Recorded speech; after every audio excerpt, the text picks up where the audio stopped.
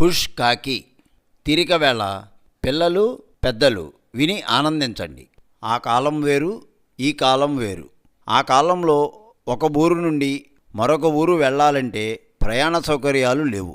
ఎంత దూరమైనా కాలినడకన వెళ్ళాల్సిందే. మధ్యలో కాలువలు దాటుకుంటూ రోజులు, వారాలు, నెలలు ప్రయాణాన్ని సాగించేవారు. రామశాస్త్రి గారికి 4 మగపిల్లలు. వారిని వెంట పెట్టుకుని కాశీయాత్ర చేయాలని బుద్ధి పుట్టింది. ఆ కాలంలో ఒక సామెత ఉండేది, కాశీకి వెళ్ళినవాడు కాటికి వెళ్ళినవాడు సమానమే అని. వెళ్ళిన వాళ్ళు తిరిగొచ్చే వరకు నమ్మకం లేదు. మధ్యలో ఎన్నో మజిలీలు చేస్తుంటారు. దారిలో అక్కడక్కడ పేదరాశి పెద్దమ్ములుండేవారు. వాళ్ళ పంచన చేరి రాత్రి సమయంలో భోజనం చేసి అక్కడే విశ్రాంతి తీసుకుని మర్నాడు ఉదయం బయలుదేరి వెడుతుండేవారు. తంతి తపాలా సౌకర్యం సరిగా ఉండేది కాదు. పిల్లల్ని తీసుకుని బయలుదేరిన రామశాస్త్రి కృష్ణా జిల్లా నుండి కాశీ వెళ్లేటందుకు 2-3 మాసాలు పడుతుంది. మరి రామశాస్త్రి గారు పిల్లలతో ఎంతకాలంనకు చేరతారో వాళ్ళకే తెలియదు.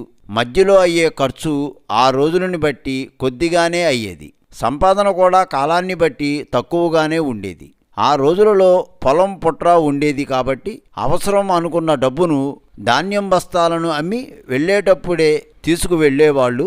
రామశాస్త్రి కూడా అలానే తీసుకువెళ్ళాడు. అంచెలంచెలుగా మజిలీలు చేసుకుంటూ కాశీ చేరారు పిల్లలతో. అక్కడ విశ్వేశ్వర స్వామిని దర్శించుకున్నారు. ఎటు చూసినా అడవి ప్రదేశంగా ఉండేది. వెళ్ళేటప్పుడు కానీ వచ్చేటప్పుడు కానీ వెళ్ళిన వారిలో ఎవరైనా దారి మారి కనపడకపోతే వారిని వదిలేయాల్సిందే. కానీ వాళ్లను గాలించి వెతికే ప్రసక్తి ఉండేదే కాదు. రామశాస్త్రి పిల్లలతో 15 దినాలు ఉండిపోయాడు. గంగా స్నానం చేయడం, గుళ్ళు గోపురాలు దర్శించడం, ఎక్కడ ఏం చేసినా కాలినడకన వెళ్ళి చేయాల్సిందే. అక్కడ ఉండదలిచిన రోజులు ఉండి తిరుగు ప్రయాణం అయినాడు రామశాస్త్రి పిల్లలతో. అందరూ మజిలీలు చేసుకుంటూ వస్తున్నారు. ఊరి మధ్యన రోడ్డు ఉండేవి కాదు. అడవిలో కాలిబాటే. ఆ అడవిలోనే అక్కడక్కడ పేదరాశి పెద్దమ్ములుండేవారు. వాళ్ళ సహకారమే యాత్రికులకు దక్కేది.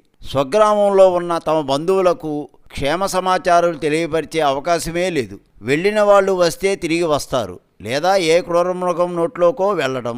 అడవి ప్రదేశంలో సింహాలు, పులులు, చిరుతపులులు, ఎలుగొడ్లు వంటి క్రూర జంతువులు అడుగడుగునా కనబడుతుండేవి. అవి ఆహారం కోసమే తిరుగుతూ ఉండేవి.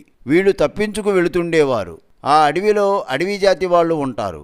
వాళ్ళకి కొంత డబ్బు ఇస్తే ఒక మజిలీ నుండి మరొక మజిలీ వరకు అదేదో రకమైన డోలును పెద్ద శబ్దం వచ్చేటట్లు వాయించేవాళ్ళు. వాళ్ళ వెనకే ప్రయాణికులు నడిచేవాళ్ళు. ఆ డోలు వాయించిన వారికి వాళ్ళు తీసుకునే కూలీ డబ్బులు ఇచ్చేవాళ్ళు. రామశాస్త్రి తిరుగు ప్రయాణం సాగించుతున్న సమయంలో 4 కొడుకుల్లోనూ కడసారి వాడు రామారావు అనే కుర్రవాడు దారి తప్పాడు. ఎటెటో తిరుగుతున్నాడు. ఎంత తిరిగినా వాళ్ళని కలుసుకోలేకపోయాడు. బిక్కమొహం పెట్టి దిక్కులు చూస్తూ బావురుమని ఏడ్చాడు. రామారావు తప్పిపోవడంతో రామశాస్త్రి అన్నలు బాధపడ్డారు. వాళ్ళ దారిన వారు ప్రయాణం సాగించారు. అప్పుడు రామశాస్త్రి గారి పిల్లలు 4 15-16 సంవత్సరాలకి మించిన వయస్సు గలవారు కాదు. ఆ అడవిలోనే చిన్న గూడెం ఉంది. ఆ గూడెం పెద్ద వేట కోసం అడవిలో తిరుగుతుండగా రామారావు కనిపించాడు. అతను జాలిపడ్డాడు. ఎవరు ఏమిటి అని వాళ్ళ భాషలో అడిగాడు. ఒకరి భాష ఒకరికి తెలియకపోవడంతో వాళ్ళు ఒకరు చెప్పేది ఒకరు అర్థం చేసుకోలేకపోతున్నారు. అయినా పిల్లవాడు ఎటూ కాకుండా పోతాడని అతన్ని ఏ జంతువో ఆహారంగా తీసుకుంటుందని తలచాడు. తమ గూడెంలో తమ ఇంట్లోనే తమ బిడ్డగా చూసుకుంటూ ఉంచుకున్నాడు ఆ అడవిలో. రామారావుకి అప్పుడు 12 ఏళ్లకి తక్కువ వయసే ఉంది. ఆ గూడెంలోనే ఉంటూ వాళ్ళు పెట్టే దుంపలు, అడవికాయలు తింటూ వాళ్ళ పిల్లలతోనే ఆటపాటలు సాగిస్తూ కాలం గడుపుతున్నాడు. ఈ విధంగా మరో 2 మాసాలు గడిచింది. రామారావు రామన్నగా వాళ్ళ భాష నేర్చుకుని ఆ భాషలోనే వాళ్లతో మాట్లాడుతున్నాడు. తన మాతృభాష తెలుగును అక్కడి పిల్లలకు నేర్పుతున్నాడు. ఆ సందర్భంగా చిన్న వయసు వాడైన గూడెం వాళ్ళ అభిమానిగా ఉంటున్నాడు. తిండి పెట్టారు, బాగానే చూసుకుంటున్నారు. కానీ అతన్ని ఏ రోజు వెళ్ళమనలేదు. అలా వెళితే ఏ క్రూర మృగానికో ఆహారం అవుతాడనే భయంతో ఊరుకున్నారు. రామన్నగా వాళ్ళ ఆటలు తను నేర్చుకున్నాడు. తమ ఆటలు వాళ్ళకి నేర్పుతూ తను ధరించేటందుకు వేరే దుస్తులు లేకపోవడంతో ఒంటి మీద బట్టల్నే తడిపి ఆరేసుకునేవాడు. ఆ బట్టలు ఆరే వరకు అక్కడి వాళ్ళ బట్టల్నే మొలకు చుట్టుకునేవాడు. ఇలా ఉండగా ఆ గూడెంలోని వారిలో ఒక వృద్ధుడికి బాగా కడుపు నొప్పి వచ్చి గిలగిలా తన్నుకుంటున్నాడు. అక్కడ వైద్యుడు లేడు. అక్కడి వారే అవసరానికి ఏదో నాటు మందులు వాడేవారు. ఆ మందులు కూడా సమయానికి అందుబాటులో లేవు. వాళ్ళు కంగారు పడుతున్నారు. అప్పుడు రామారావు తెలివి ఉపయోగించాడు. ఇంత బూడిదను ఇవ్వమన్నాడు. వాళ్ళు ఇవ్వగానే దాన్ని చేతిలో ఉంచుకొని కళ్ళు మూసుకుని ఏమిటేమిటో అనుకున్నాడు.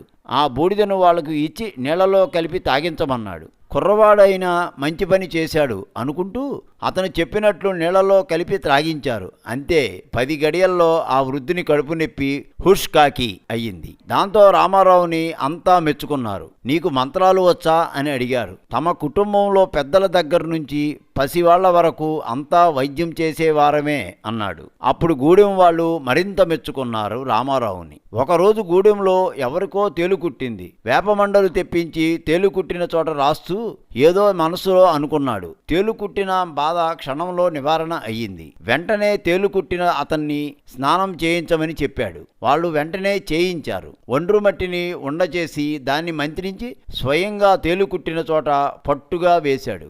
అక్కడి నుండి ఆ గూడెంలో రామారావు వైద్యుడు అయినాడు. గూడెం వారు అతన్ని దేవుడుగా భావించుతున్నారు.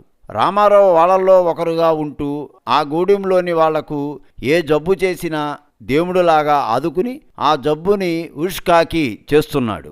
క్రమేపీ అతనికి తమ స్వగ్రామం వెళ్లాలనిపించింది. గూడెం వాళ్ళు కొంత డబ్బులు ఇచ్చారు.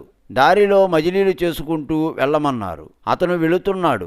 మళ్ళీ తొందరలోనే వాళ్ళని చూసి తిరిగి వస్తానని మాటిచ్చాడు. అందువలన వాళ్ళు పంపారు. రామారావు ఎవరో బాటసారులు వెళుతుంటే వాళ్లతో కలిసి వెళుతున్నాడు. వాళ్ళు అంతా ఒక పేదరాశి పెద్దమ్మ గుడిసెలో మజిలీ చేశారు. అక్కడ తిని ఆ రాత్రి అక్కడే పడుకున్నాడు. అక్కడ ఇతరులు ఎవరో మాట్లాడుకుంటున్నారు. వాళ్ళ మాటలు విన్నాడు. వాళ్ళలో ఒకడు ఈ విధంగా అంటున్నాడు. వాడి దగ్గర సొరంగం వంటి పనిముట్టు ఉంది. అందులో దేశాలు కనపడుతున్నాయి, నదులు కనపడుతున్నాయి, కొండలు కనపడుతున్నాయి.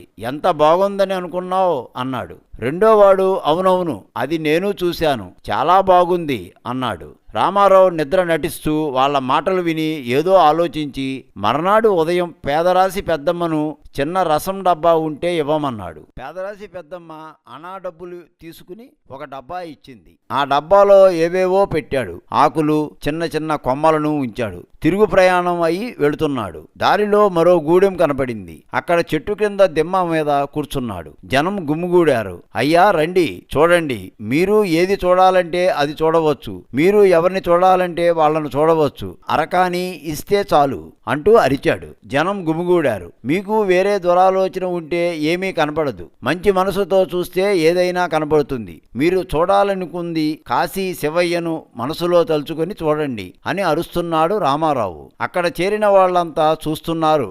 డబ్బులు ఇచ్చి అందులో ఏమీ లేకపోయినా తాము కోరిన వాళ్ళని చూస్తున్నామని చెప్పేవారు. కానీ ఏం చూసేవాళ్ళు కాదు. అందులో ఏమీ కనిపించడం లేదు. కనబడడం లేదంటే నీ మనసులో కల్మషం ఉందని అంటారని తనకు తాను హేళనగా గురి అవ్వకుండా కాపాడుకోవటానికి అబద్ధం ఆడేవారు. ఆ డబ్బాను ఉపయోగించి సంపాదించుకుంటూ దాచుకుంటూ కొంతకాలానికి తమ స్వగ్రామం చేరాడు. రామారావుని చూసి తల్లి, తండ్రి, అన్నలు, ఊళ్ళో వాళ్ళు మళ్ళీ బ్రతికి తిరిగి వచ్చాడని ఆనందించుతున్నారు. జరిగిందంతా చెప్పాడు. నీకు ఏ మంత్రం రాదు కదా, నమ్మకమైన వైద్యం ఎలా చేశావు, వాళ్లకు ఎలా తగ్గింది అని అడిగాడు తండ్రి.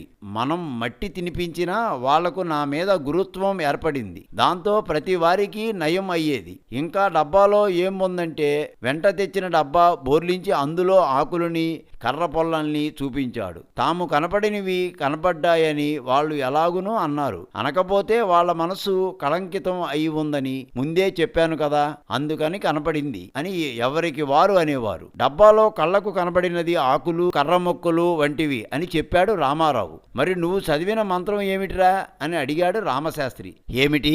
మనసులో ఉంటే ఉండు, పోతే పో, గాడిది గుడ్డు ఐరి అని చదువుకునేవాడిని. అందరికీ నా మీద గురుత్వం నమ్మకం ఉండేది కాబట్టి వాళ్ళ వ్యాధులు హుష్కాకి అయ్యేవి అన్నాడు రామారావు. మొత్తం అతను సంపాదించిన సొమ్ముతో దారి మధ్యలో తిండి తినగా మిగిలిన 20 రూపాయలు చూపించాడు. అందరూ ఆశ్చర్యపోయారు. ఇది ఆ కాలంలో యథార్థంగా జరిగిన విషయం.